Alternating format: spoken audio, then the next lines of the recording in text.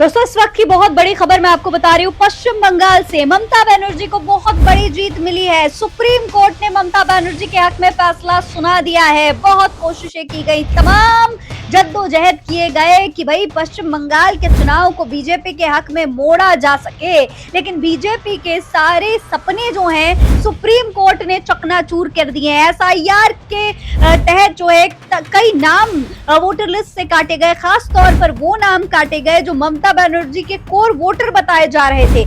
लेकिन अब supreme court ने एक ऐसा फैसला सुना दिया है जिससे भारतीय जनता पार्टी, चुनाव आयोग और एसआईआर की प्रक्रिया पर कई सवाल खड़े हो गए हैं।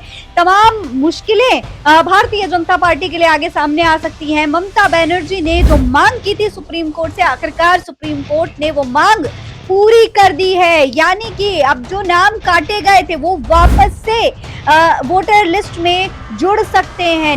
90 लाख वोट बताए जा रहे हैं जो काटे गए थे, और 90 लाख वोट वापस से भी जुड़ सकते हैं अगर सही तरीके से सुप्रीम कोर्ट के फैसले के अनुसार पूरी प्रक्रिया के तहत काम हो तो ममता बनर्जी की जो तमाम कोर वोटर्स हैं वो एक बार फिर से उनके हक में वोट डाल सकते हैं, जिससे भारतीय जनता पार्टी की तमाम कोशिशों पे पानी फिर चुका है।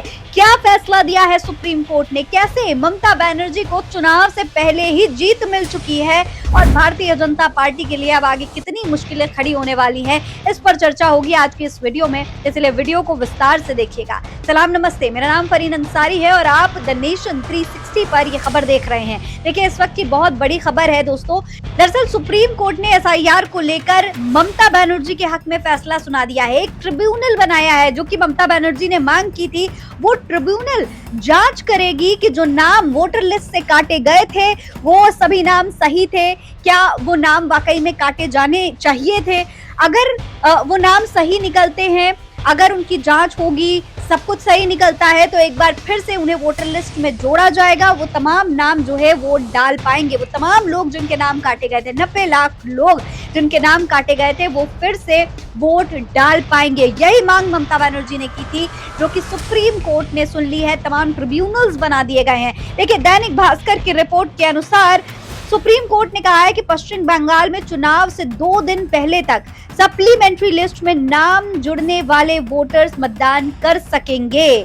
जिन वोटर्स की आपत्ति ट्रिब्यूनल में पेंडिंग होगी उन्हें वोट डालने की इजाजत नहीं होगी। यानी कि जिनकी आपत्ति पेंडिंग होगी, जो प्रक्रिया में क्लियर नहीं कर पाएंगे, वो वोट नहीं डाल पाएंगे। लेकिन इसके अलावा जो ट्रिब्यूनल जिनको सही बताएगी वो तमाम वोटर्स एक बार फिर से वोट डाल पाएंगे, भले उनका नाम पहले लिस्ट से काट दिया गया हो एसआईआर की प्रक्रिया में।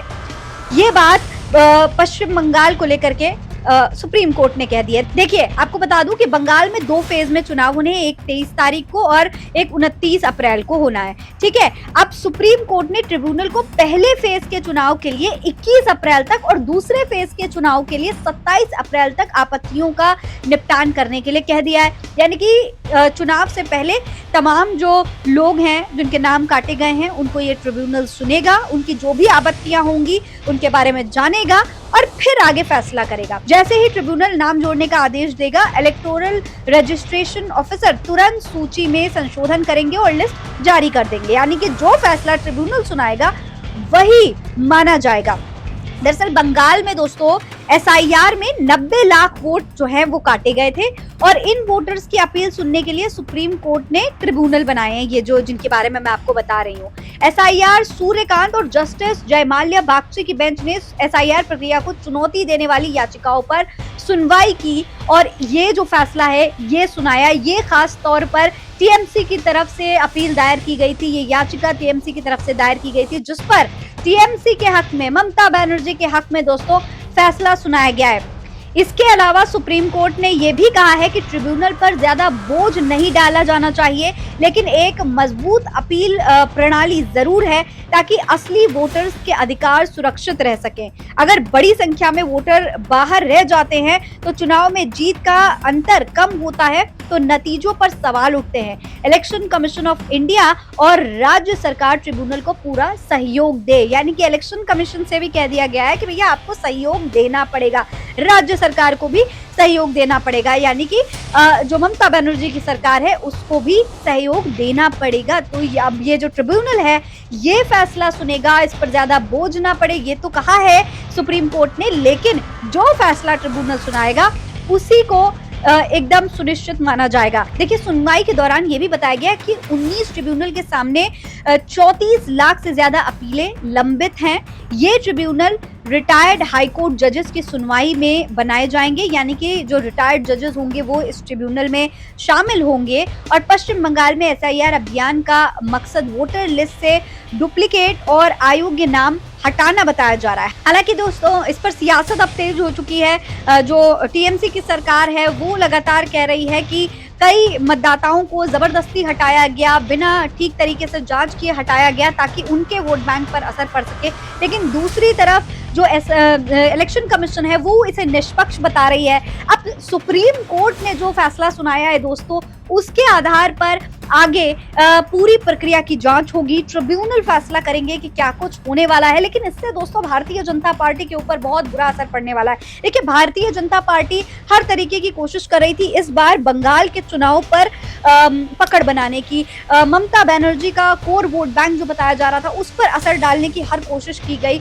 तमाम राज्यों के मुख्यमंत्री को बुला करके जो है रैलियां करवाई गई, प्रधानमंत्री आए, तमाम रैलियां की।